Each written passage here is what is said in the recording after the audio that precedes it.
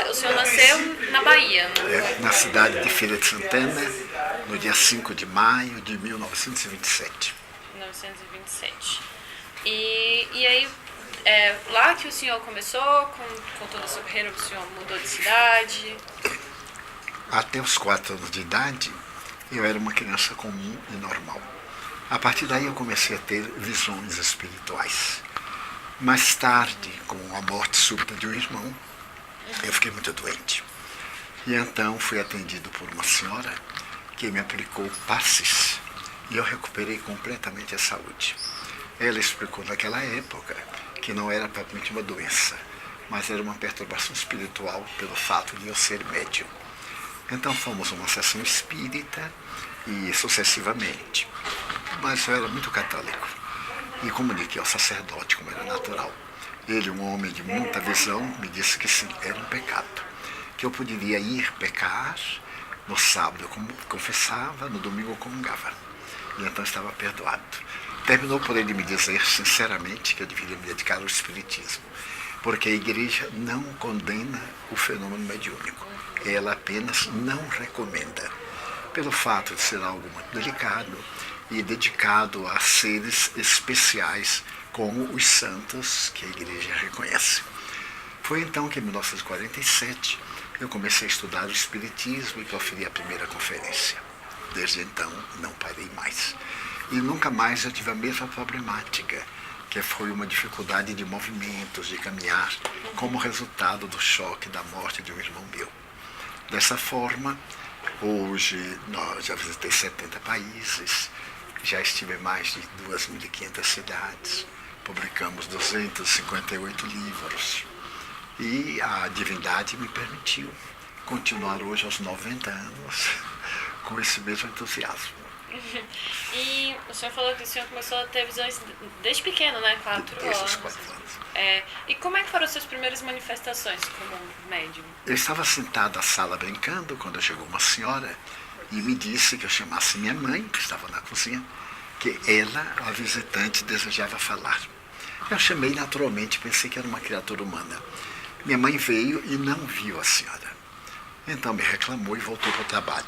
A senhora então me disse, que é meu nome de família, diga a Ana que é Maria Senhorinha, eu sou a sua avó. Para mim aquilo foi uma surpresa. Primeiro eu não sabia o que era a avó, porque quando eu nasci, meus 4 avós haviam desencarnados. E a avó que eu conhecia era a irmã mais velha de minha mãe, que a criou. Porque quando minha mãe nasceu, a sua genitora morreu de infecção puerperal. E então quando eu disse isso, minha mãe ficou assustada, porque ela nunca havia pronunciado o nome da própria mãe, por necessário. Ela me levou então à casa da minha tia, e eu descrevi a pedido da minha tia, mas numa linguagem de criança de 4 anos. Ela confirmou, e a partir daí eu comecei a ver os espíritos, a ter contato. Embora católico, eu tinha a ideia que fosse força satânica, confessava, comungava, fazia promessas. E cada vez que eu me concentrava orando junto ao altar do Santíssimo Sacramento, mais eu via, porque eu me concentrava sem querer. Até que vieram esses fenômenos, eu fui ler o Espiritismo e me dedicar. O senhor então falou que o senhor é católico, então isso deve ter assustado muito o senhor no Muitíssimo. Para mim era uma perturbação contínua, porque eu não sabia de que se tratava. E como o sacerdote dizia que era uma interferência demoníaca, para poder me levar aos infernos, me tirar da igreja, e isso a princípio me apavorou. Mas depois, quando eu estava com uns 10, 12 anos, eu comecei a raciocinar e tive uma briga com Deus. Porque eu digo, se Deus não pode contra Satanás, como é que eu vou poder? Então é uma injustiça. Se ele que é o Criador e Satanás vem perturbar-me, ele deixa, algo está errado. Então eu passasse um período de descrença. Nesse vácuo que aconteceu, eu comecei a pensar na realidade, porque vinha alguém me dizer, eu sou fulano de tal, eu nasci em tal lugar, meu filho chama Beltrano, o número da minha rua, tal. Me dava os dados, eu dizia às pessoas, era verdade. E sempre aconselhando para o bem. Eu disse, mas o mal não pode fazer bem. Então meu sacerdote dizia, é uma forma de atraí-lo, de seduzi-lo, mas é uma farsa. Farsa essa que durou cerca de 13 anos. Até eu me convencer que não era uma farsa, que eram forças poderosas, e eu me dediquei. Entendi. E o senhor nunca sentiu assim, tanto medo que ficou, que quis parar com isso? A princípio, me era desagradável. Nossa. Imagina. A princípio não era medo, era um desconforto. Porque eu via nas horas mais irregulares, sem qualquer pensamento. Eu fui funcionário público. Trabalhei no Instituto de Previdência. Eu via chegarem pessoas ao balcão, me chamavam, conversavam, e eram pessoas desencarnadas. Então eu tive muita dificuldade com o meu chefe, ele achava que aquilo era uma alucinação. E me mandou um psiquiatra. O psiquiatra confirmou a alucinação. Mas eu percebi, quando estava com o psiquiatra, que chegou um espírito junto a ele e me disse que era pai dele. Me deu o nome, a data de nascimento, então falei. Eu digo, olha, se for uma alucinação, eu não posso explicar como eu conheço seu pai, que eu nunca vi. Aí descrevi, o psiquiatra ficou assim meio aturdido, disse, mas isso se não for uma alucinação esquizofrênica, é uma personalidade múltipla. Deu muitas explicações que não me convenceram. Eu já tinha 18 anos.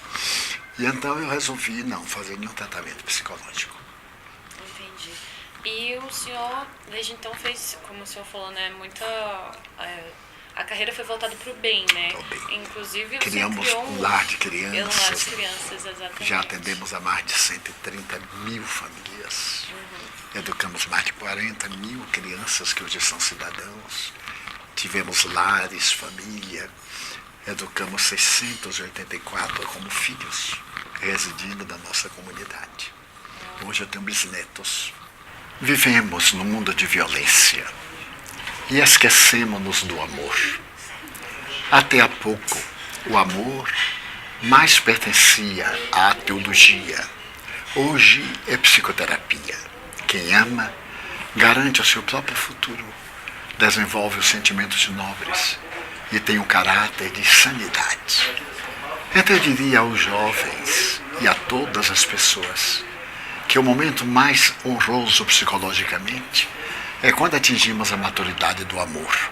Amar é um desafio. E o amor é sempre melhor para quem ama. Invariavelmente desejamos ser amados, o que não deixa de ser uma criança ferida no conceito de Carl Gustavo Jung. Mas quando nós amamos e desdobramos os sentimentos de amor, o mundo se torna melhor, porque nós nos tornamos melhores. Então, seja você quem ama. Se alguém não gosta de você, o problema é dele. Nós temos inimigos, mas é importante não ser inimigo de ninguém. Então, seja você aquele que desculpe quem entende e que constrói no seu mundo interior uma fortaleza de amor, para que nenhum mal dos maus lhe faça mal. Esta é a minha mensagem.